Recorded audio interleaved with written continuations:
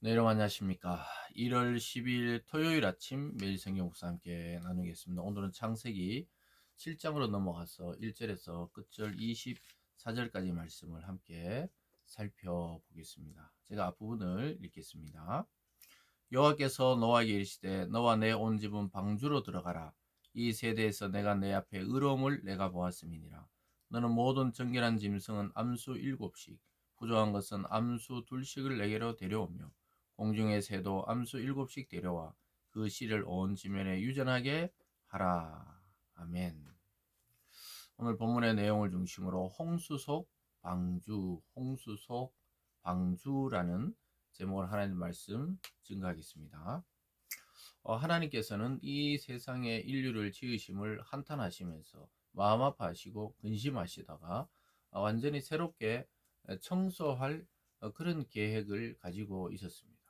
마치 쓰레기가 산더미 같이 쌓여 있으면 그것을 깨끗이 치우고 또 그 바닥을 물로 쓸어내듯이 하나님은 이 세상에 인간의 타락이 극에 달했을 때 홍수, 즉 물을 가지고 세상을 깨끗이 하시려고 작정하셨습니다. 왜냐하면 자기가 만드신 세계이기 때문에 다시 이 세상을 새롭게 하시기 위해서 하나님은 한 인물, 노아라는 인물을 준비하고 있습니다. 그래서 노아는 성경의 평가, 하나님의 평가로는 당대 의인이요 완전한 자다, 하나님과 동행하는 자다, 이렇게 평가하고 있습니다. 여러분, 이것을 봤을 때 우리가 어느 시대든지 상황이나 환경을 탓하지 아니하고 하나님을 믿고 하나님과 동행하고 또 하나님 말씀에 순종하고 또 하나님 말씀대로 살려고 하는 그런 성도, 그런 한 사람을 통해 하나님은 새로운 역사, 새 역사를 시작하신다는 사실을 알게 됩니다.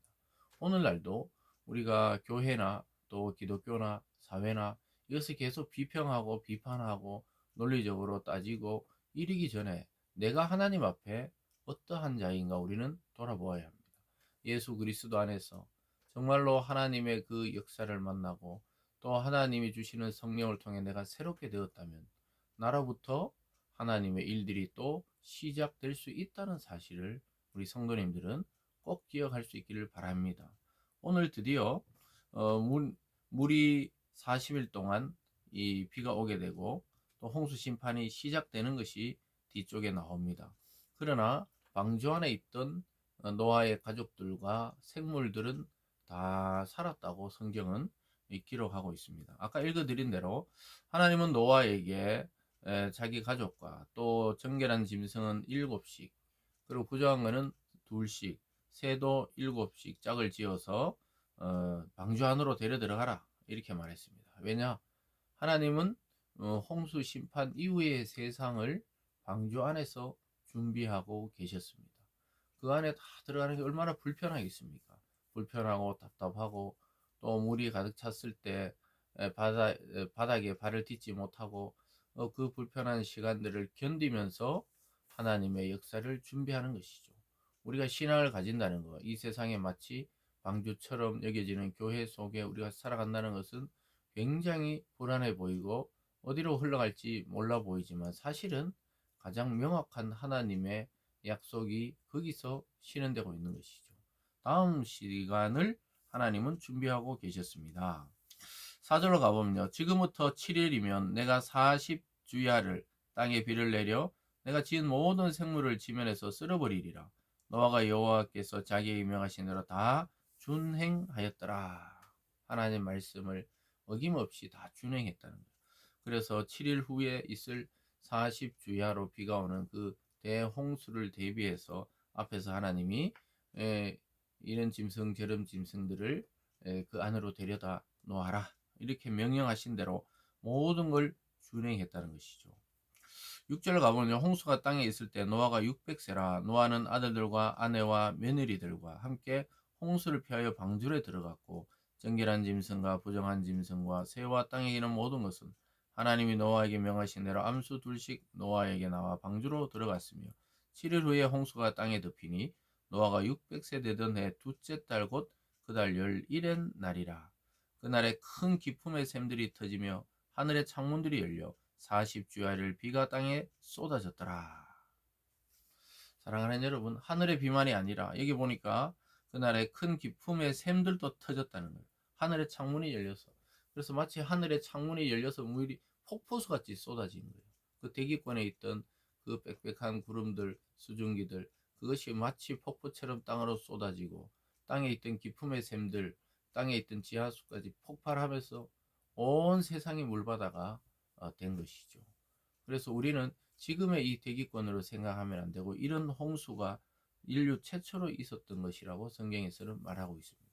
그래서 아마 우리가 보고 있는 이런 이 형태의 날씨 기후가 아니었던 것 같아요. 어쨌든 우리는 성경이 기록한 대로 하늘의 창문이 열려서 쏟아지고 기품의 샘들이 땅에서부터 터져 나와서 이렇게 홍수가 시작된 것이죠. 그러면 그런 그 속도와 그 양으로 40주야가 비가 땅에 쏟아졌다 이렇게 말하고 있습니다. 여러분 우리가 오늘날 이 집중호우 이러죠. 어느 지역에 갑자기 몇백 미리의 비가 뭐 1년치 또는 반년 동안 모아야 될 강수량이 한꺼번에 어느 지역에 내릴 때 그 지역이 차가 움직이지 못하고 거의 도로가 마비되고 이런 경우를 가끔 보게 되는데 지금 이 온 세상이 하늘이 뚫린 듯이 또 땅이 터진 듯이 비가 40주야를 내리게 되었다고 기록하고 있습니다. 그러면서 그 방주에 들어간 사람들을 다시 한번 이야기하고 있죠. 13절에 곧 그날에 노아와 그의 아들 셈한 야벳과 노아의 아내와 세 며느리가 다 방주에 들어갔고 그들과 모든 들짐승의 그 종류대로 그 모든 가축이 종류대로 땅에 기른 모든 것이 그 종류대로 모든 새가 그 종류대로 무릇 생명의 기운이 있는 육체가 둘씩 노아에게 나와 방주로 들어갔으니 이렇게 말하고 있습니다. 그러고 나서 문을 닫습니다. 16절 끝에 보면요. 그에게 명하신 대로 들어가며 여호와께서 그를 들여보내고 문을 닫으시니라. 노아가 마지막에 들어갔다는 기록입니다. 그래서 거대한 방주를 만들어 놓고 노아가 들어가고 누가 닫았다고요? 하나님이 문을 닫으셨다는 거예요. 이 심판의 시작, 구원의 또 시작과 끝을 하나님이 끝맺음하시는 것이죠. 그래서 노아가 들어가고는 문을 닫아주셨다. 이렇게 성경은 기록하고 있습니다. 사랑하는 여러분, 우리의 구원의 시작과 완성은 오직 하나님이 이루실 일입니다. 그래서 우리는 구원의 그 은혜 속에 순종하며 살아가는 것이 우리의 본분입니다. 그래서 생명의 기운이 있는 육체가 둘씩 모든 짐승과 사람과 새가 이 가축과 기는 것이 다 방주 안으로 들어가고 문을 닫고 홍수가 또 시작되었다고 이야기합니다. 17절에 홍수가 땅에 40일 동안 계속된지라 물이 많아져 방주가 땅에서 또 올랐고 물이 더 많아져 땅에 넘치며 방주가 물 위에 떠다녔으며 물이 땅에 더욱 넘치며 천하의 높은 산이 다 잠겼더니 물이 불어서 15규빗이나 오르니 산들이 잠긴지라 이렇게 말하고 있습니다. 방주가 둥 떠올랐어요. 방주란 건 이렇게 마치 바구니처럼 이 사방이 막혀 있는 네모난 바구니처럼 이래 무동력이죠. 동력이 없으니까 떠다니는 거예요. 떠올랐다가 물이 더 많아지니까 여기저기로 지금 떠다니고 있었다고 이야기하고 있습니다. 그래서 물이 잠기니까 온 산까지 다 덮이고 났습니다. 그러니까 이 세상에 있는 모든 생물은 죽었다는 거예요. 21절에 땅 위에 움직이는 생물이 다 죽었으니 곧 새와 가축과 들짐승과 땅에 있는 모든 것과 모든 사람이라 육지에 있어 그 코에 생명의 기운이 숨이 있는 것은 다 죽었더라. 여러분 노아의 가족과 이 짐승들 외에는 이 살아난 사람이 없어요. 방주 안에 들어가지 않고는 살아날 방법이 없습니다. 노아가 그 방주를 만들고 그 안에 들어가라고 그렇게 소리쳐도 사람들은 그런 일이 일어나지 않는다는 거예요. 왜냐? 한 번도 그런 홍수가 없었기 때문에 앞으로도 일어나지 않을 것이라 생각하고 그 말을 믿지 않았다가 여기 보니까 코 끝에 생명의 기운이 기운의 숨이 있는 것은 다 죽었다 이렇게 말하고 있습니다. 그리고 우리가 때로는 새는 죽지 않았을 거 아닌가 하는데 새도 계속 날 수 없죠. 둥지가 있어야 되고 먹이를 먹어야 되고 발을 디뎌야 되는데 결국은 다 죽고 말았다고 이야기하고 있습니다.